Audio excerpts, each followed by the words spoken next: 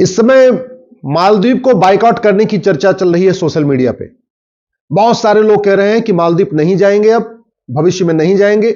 बहुत सारे लोगों ने तो मालदीव जाने का टिकट भी कैंसिल करा दिया है। एक अनुमान के अनुसार 10 लाख भारतीयों ने मालदीव जाने का अपना जो टिकट था उसको कैंसिल कर दिया, अपनी होटल की बुकिंग कैंसिल कर दिया।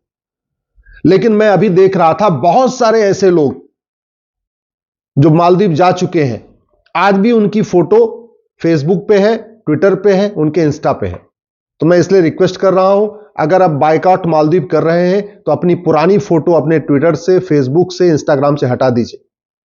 दूसरी बात ये जो मालदीव है इसका इतिहास तो समझिए।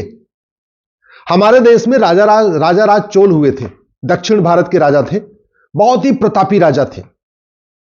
29 साल तक उन्होंने राज किया था। राजा राज चोल ने 29 साल राज किया। 9 लाख की क्षमता वाली उनके पास सेना थी। उनके जो सैनिकों की संख्या थी 9 लाख थी। उनके पास जहाजी बेड़े थे और जब वो चलते थे समुद्र में तो आगे कितनी दूर पे जमीन मिलेगी, कितनी दूर के बाद फिर धरती मिलेगी, उसको टेस्ट करने के लिए उनके पास बहुत बढ़िया एक साधन था। उन्होंने ऐसे पक्षी पाले थे कि वो अपने जहाज पर से उड़ा देते थे और जब वो पक्षी लौट के आ जाते थे उससे स्पष्ट हो जाता था कि आगे बहुत दूर तक धरती नहीं है। तो मतलब समुद्र में चलते थे जहाज से तो यह भी पता कर लेते थे कि कितनी दूर पे धरती मिलने वाली है या समुद्र लगातार चलता रहेगा। और उन्होंने चार जगह अपना राज स्थापित किया था। जो भारत में उनका राज था वो तो था ही। वर्तमान जो मालदीव है ना, ये भी उन्हीं का राज था। जो इंडोनेशिया है ये भी उन्हीं का राज था, राजा राज चोल का राज था। मलेशिया ये भी हिंदू राष्ट्र था। तो राजा राज चोल ने जो अपना हिंदू राष्ट्र स्थापित किया था, मलेशिया भी था उसमें, इंडोनेशिया भी था, मालदीव था। मालदीव एक्चुअली संस्कृत शब्द है मल्लद्वीप, जैसे लक्षद्वीप है ऐसे मल्लद्वीप ये संस्कृत शब्द है। और चूंकि पहले हमारे देश में ज्यादातर स्थानों के नाम संस्कृत में होते थे, दक्षिण भारत में आज भी आपको मिलेंगे रामेश्वरम, मछलीपट्टनम, इस तरीके से रामनाथपुरम, लास्ट में म लगता है या तो द्वीप लगता है। लेकिन आप जरा सोचिए कि जिस मालदीव के ऊपर हिंदू राजा राज चोल का राज था, जहां 100% पॉपुलेशन हिंदू थी, आज की डेट में वहां पे गैर मुस्लिम नागरिकता भी नहीं ले सकता। मालदीव में अगर आपको सिटीजनशिप चाहिए तो सबसे पहले आपको इस्लाम कबूल करना पड़ेगा। और जहां पे राजा राज चोल थे उनकी स्थिति क्या है? लक्षद्वीप में राजा राज चोल थे। लक्षद्वीप एक हिंदू राज्य था, आज की डेट में वहां 97% मुस्लिम है। मालदीव हिंदू राज्य था, आज की डेट में वहां 100% मुस्लिम। मलेशिया हिंदू राज्य था, आज की डेट में 70% मुस्लिम। इंडोनेशिया हिंदू राष्ट्र था, आज की डेट में वहां 90% मुस्लिम। ये तो हो गए मुस्लिम। और जो हिंदू राष्ट्र था वहां हिंदुओं की संख्या, लक्षद्वीप हिंदू राज्य, आज की डेट में वहां हिंदू केवल 2%। मालदीव हिंदू राज्य, हिंदू 0, एक भी नहीं, क्योंकि नागरिकता ही नहीं मिलेगी ना। मलेशिया हिंदू राज्य, हिंदू 1%। इंडोनेशिया हिंदू राज्य, हिंदू केवल 2%। आप खुद सोच सकते हैं कि इतने जल्दी पूरी की पूरी डेमोग्राफी बदल चुकी है। ये मैंने मलेशिया, इंडोनेशिया, मालदीव, लक्षद्वीप का इतिहास इसलिए बताया कि एक समय में ये हिंदू राज्य थे और ये चारों के चारों राजा राज चोल, जो चोल डायनेस्टी है, जो चोल साम्राज्य था, उसके अंतर्गत आते थे। राजा राज चोल बहुत ही प्रतापी थे। बहुत उन्होंने कुएं बनवाए, स्कूल बनवाए, कॉलेज बनवाए, बहुत धर्मशालाएं बनवाई। लेकिन कुछ तो उनसे भूल हो गई, जो बाद में हिंदू राज्य पूरी तरीके से डेमोग्राफी बदल गई और कन्वर्ट हो गए। आज हम अफगानिस्तान से गायब हो गए, पाकिस्तान से गायब हो गए, बांग्लादेश से गायब हो गए, इंडोनेशिया से गायब हो गए, मलेशिया से गायब हो गए, मालदीव से गायब हो गए। जो दुनिया में बाकी गायब हुए भारत में 9 राज्यों से खत्म हो चुके हैं। डिस्ट्रिक्ट वाइज 200 जिलों से खत्म हो चुके हैं। याद रखिए, भारत में कुल 750 जिले हैं, उसमें से 200 जिलों की डेमोग्राफी बदल चुकी है। तहसील के हिसाब से हम 900 तहसीलों से गायब हो चुके हैं। टोटल 900 तहसीलों की डेमोग्राफी बदल चुकी है। तो 9 राज्यों की डेमोग्राफी बदल चुकी है, 200 जिलों की डेमोग्राफी बदल चुकी है, 900 तहसीलों की डेमोग्राफी बदल चुकी है। हमारी 300 तहसीलें तो बॉर्डर पे हैं, याद रखिएगा। टोटल 900 तहसीलों की डेमोग्राफी बदली है, जिसमें से लगभग 300 तहसीलें बॉर्डर पे आती हैं, उनकी पूरी पूरी डेमोग्राफी बदल चुकी है। यानी जो भारत का जो बॉर्डर है उसकी डेमोग्राफी पूरी बदल चुकी है। ये सोचना पड़ेगा इसका तरीका क्या है। क्या गांधीवाद की बात करने से, अंबेडकरवाद की बात करने से, समाजवाद की बात करने से भारत की डेमोग्राफी बच पाएगी?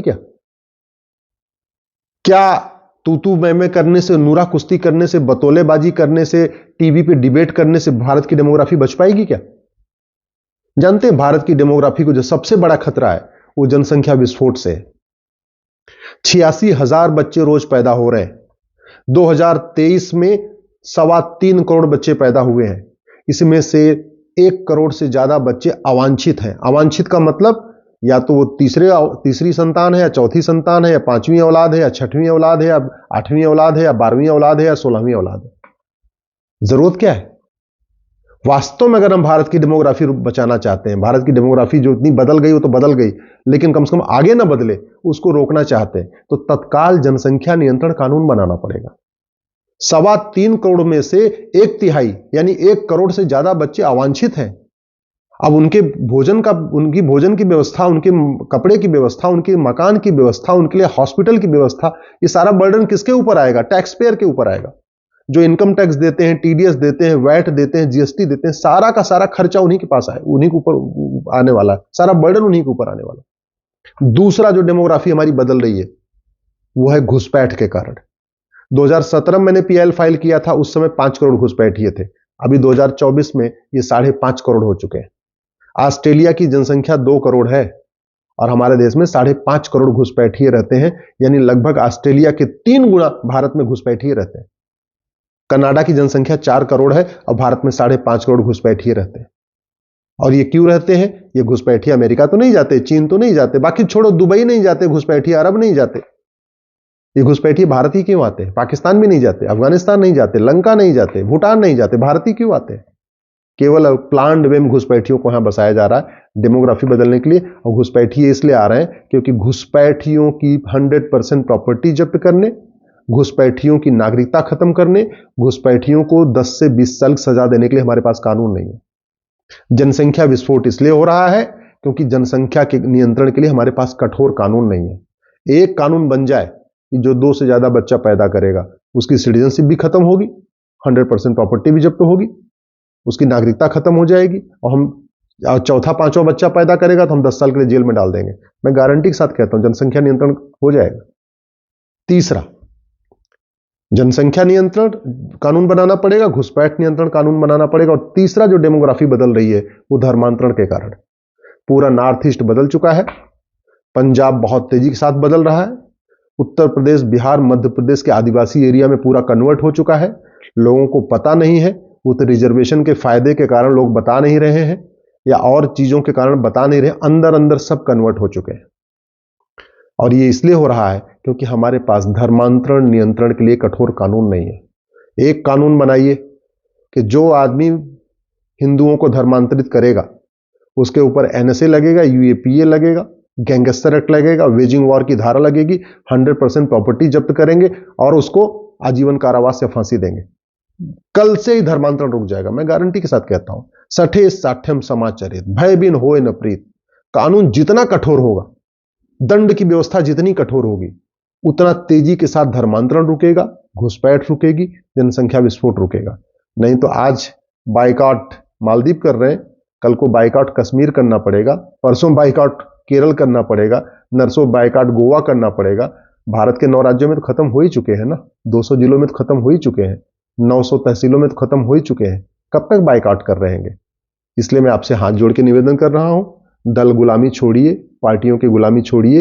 ये आज के नेता 25 साल के बाद आपके बच्चों को बचाने नहीं आएंगे, लेकिन आज का कठोर कानून 25 साल नहीं, अगले 200 साल तक आपके परिवार को बचाएगा, आपकी संस्कृति को बचाएगा, आपके धर्म को बचाएगा।